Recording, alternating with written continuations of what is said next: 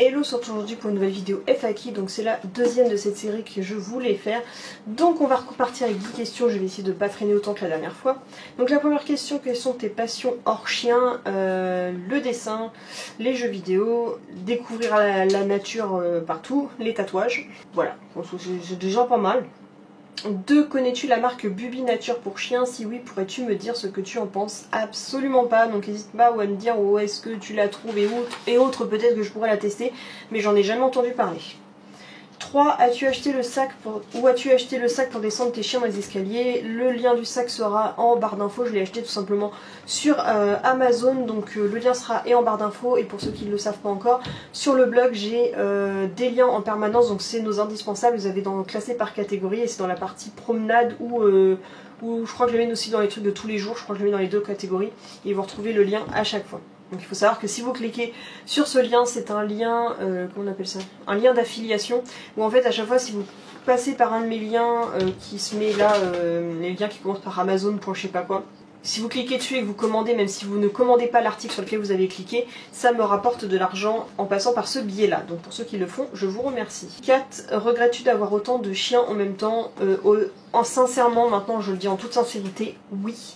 Je ne referai plus cette erreur d'avoir autant de chiens en même temps pour plusieurs raisons. Déjà, mon logement à mon goût est trop petit pour autant de chiens.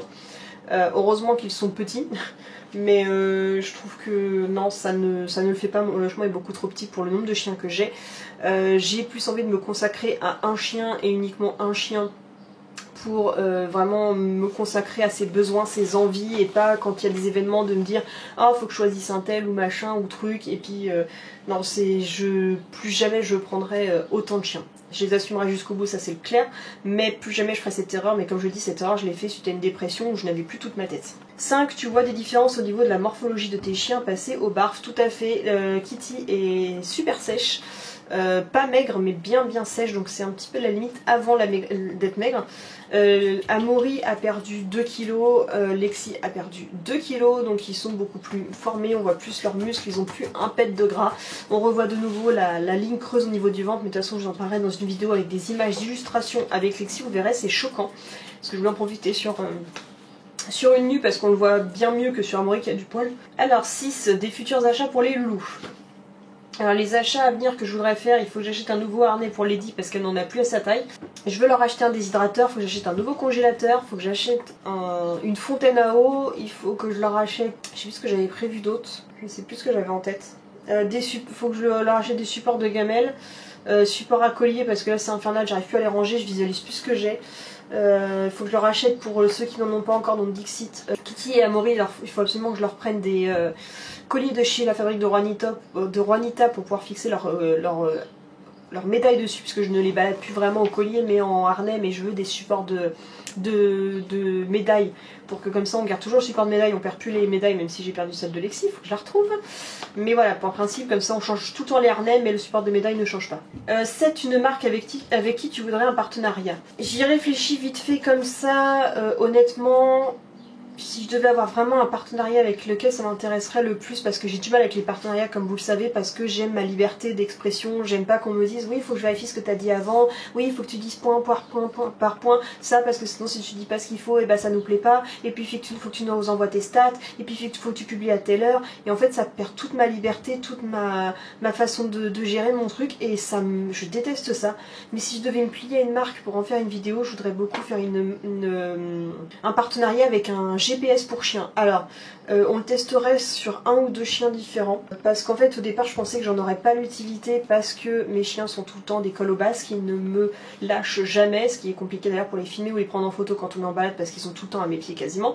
Mais on serait rassuré quand même d'en avoir un pour le tester sur Skoll, même si c'est pas mon doudou directement, c'est sur lui qu'on devrait plus le tester parce que monsieur a tendance à courser, ce qui est intéressant pour lui. Ça nous arrive très peu souvent, mais dernièrement quand on a été se balader en forêt, on a croisé un chevreuil qui est parti en courant et on s'est dit heureusement que Boubou ne l'a pas vu parce qu'il aurait pu courir après. Et là après va le chercher dans la forêt qui fait 4000 hectares, tu vas t'amuser.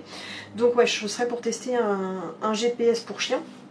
Et ça, ou pour Amaury, parce que des fois il me suit à la traîne et part je ne sais où faire pipi. Donc ce serait pas mal d'en avoir à tester sur les doudous. Donc ça c'est vraiment le dernier en date que vous aurez le plus testé. Et après je sais pas si j'en ai pas un autre qui me prenait en tête. Je dirais les caméras pour chiens, non les aspirateurs pour chiens. Faire un partenariat avec un aspirateur pour chiens parce que pareil on le testera avec Monsieur Boubou. Parce que la zone du bas avec les pertes de poils de Boubou c'est une catastrophe. Donc ouais, soit un partenariat GPS, soit un partenariat aspirateur pour chiens. Mais vous savez les robots aspirateurs.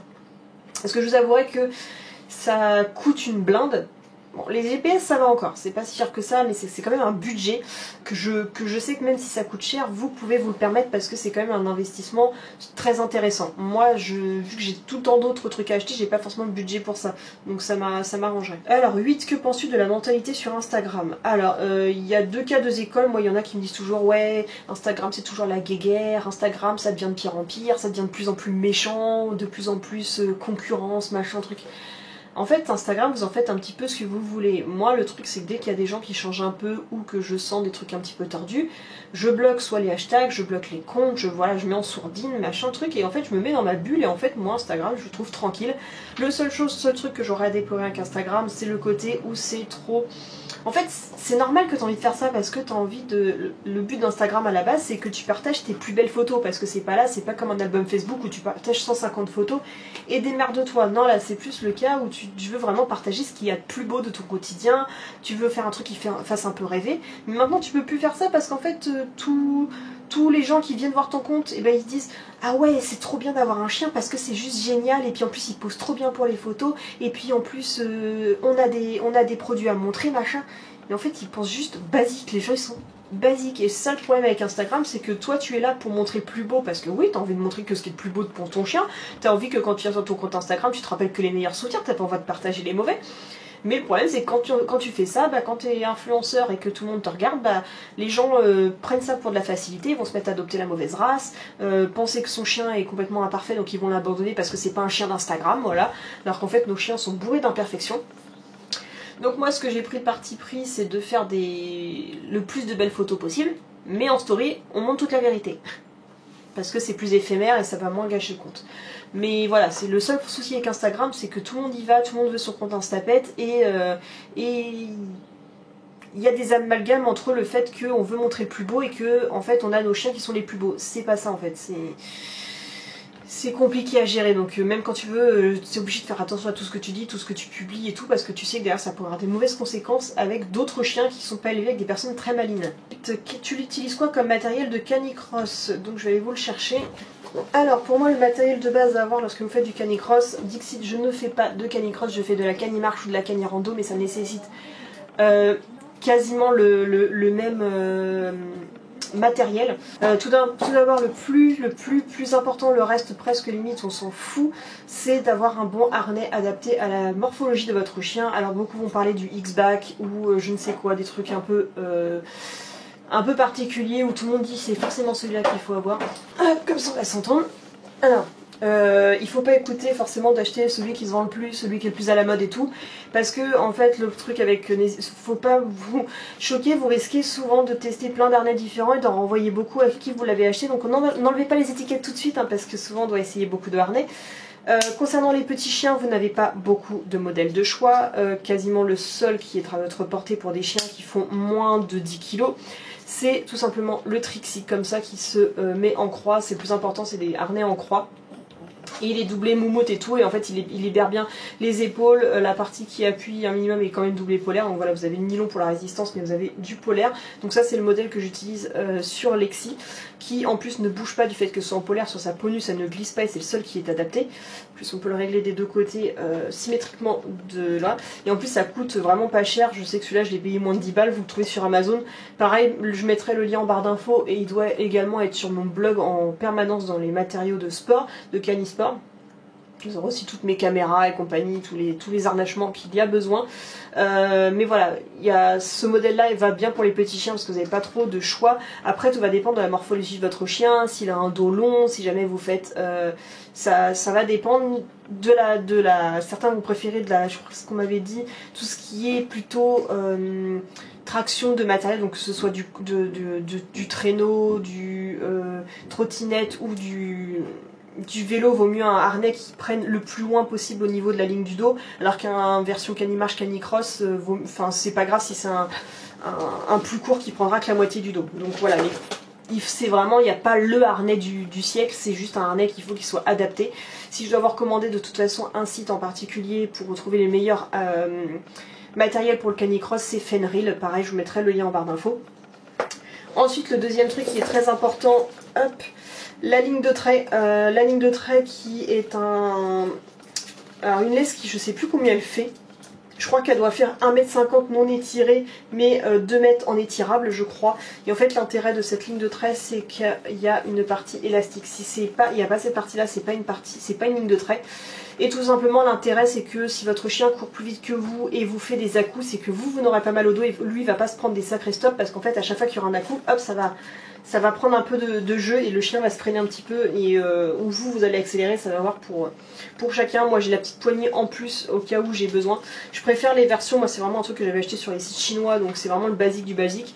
J'ai une préférence quand même pour ceux qui ont la poignée ici mais qui ont également une poignée ici en courte pour qu'on ait besoin de maintenir votre chien, parce que si jamais il va aller voir un autre chien, vous pensez de maintenir parce qu'il y a une bonne distance, bim, il tire sur la ligne de trait, ça devient extensible et vous ne le maintenez plus du tout. Donc voilà, mais ça, ligne de trait très importante. Pour ceux qui veulent se faire le kiff, j'avais acheté ça aussi pour les filles. C'est tout simplement que je m'en sers même en balade quotidienne pour pouvoir pareil pallier au fait qu'il y ait besoin d'un peu d'élasticité. J'ai acheté la couple qui est pareil élastique. Donc pareil, ça je l'avais acheté sur Amazon, une misère, et ça j'aime bien l'utiliser. Mais je m'y connais moins bien en course en duo parce que toutes les compétitions interdisent la canimarche en duo, ce qui me saoule littéralement. Ça m'énerve à un point, vous savez même pas. Et ensuite, tout simplement, très important pour vous, je vous conseille quand même d'investir parce que ça reste intéressant, et au niveau du mal de dos, surtout si vous avez des gros chiens, c'est très intéressant. Tout simplement la ceinture. Alors pour les gros chiens, je vous conseillerais plutôt le baudrier. Pour les chiens intermédiaires, la ceinture suffit amplement. Moi j'ai pris celle-ci qui est la Move. Par contre la Move, faites attention parce qu'il y a un kit qui est vendu Move. La ligne de trait est adaptée, la ceinture est adaptée. Par contre le harnais, c'est un harnais type norvégien Julius K9 en T. Il n'est pas du tout adapté. Donc on se retrouve sur la suite de la vidéo, puisque entre temps j'avais plus de batterie, donc j'ai changé de coiffure, changé de modalité, donc il n'y avait plus de batterie, je l'ai mise à recharger, je suis partie en balade et je suis revenue. Bref, donc je vous disais pour la ceinture, donc pourquoi est-ce que je l'ai choisi celle-là? Certainement pas parce qu'elle est rouge, parce que ça c'est un plus, c'est pas ce qui nous importe le plus. Donc moi ce qui m'intéressait le plus, c'est que déjà, le plus qui m'intéressait, c'est que contrairement à toutes celles que j'ai essayées avant, tu as le premier clip de la ceinture, tu as la partie où tu accroches ta ligne de trait sur l'avant, et ce qui fait que ton chien il est au milieu, il n'est pas mis sur le côté, ce qui fait que ta ceinture envoyée tout le temps sur le côté. Donc ça m'intéressait. Donc le plus de ça, donc c'est ça. Le fait qu'elle soit rembourrée pour le dos et qu'elle prenne bien les lombaires, c'est juste parfait. Ça sort tout bon, il y a rien de balade forcément. Ensuite j'avais les deux pochettes, puisque je suis tout le temps en train d'emmener des batteries, des caméras, des trucs de premier secours au cas où sur le canicross il y a un souci, de quoi mettre la bouteille d'eau si c'est très important, mettre des tickets, des pinces à tic, de pouvoir mettre mon téléphone. Donc voilà, là elle est bien complète. On trouve rarement des grandes pochettes à mettre là, plus la gourde sur le dessus qui se resserre. On a les bandes réfléchissantes également. Je sens que la lumière va me chmouter. Attendez. Heureusement que j'ai acheté mon store, normalement ça devrait suffire. Donc, je résume. Les deux parties qui sont sur le devant et qui permettent que le chien soit bien devant avec la laisse au milieu, le harnais au milieu, et pas qu'il vrille sur les côtés, puisqu'ils ont toujours le don quand j'ai des trucs pas chers, c'est de mettre les anneaux sur les côtés, comme ça le chien, mouvement logique, il tire, tout va vers l'avant, ta ceinture elle est complètement vrillée, donc pour la protection du dos ça ne sert à rien. Elle est rembourrée, deux grosses pochettes pour ranger tes petites affaires, la pochette ici pour mettre la gourde pour l'eau.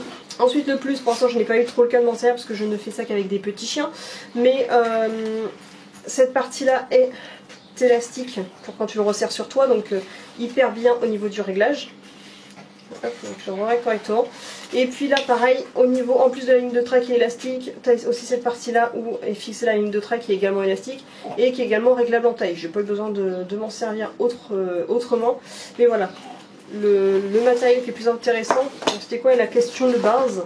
Donc le matériel de canicross, donc je dis ce qui est le plus important, le harnais de son chien, c'est le premier truc le plus important. La ligne de trait, c'est le plus important. Et ensuite la ceinture, vous voyez, ceinture baudrier, c'est à vous de voir, truc cheap ou pas cheap, après c'est vous qui vous faites mal, c'est votre problème. Bien sûr, des bonnes chaussures pour courir.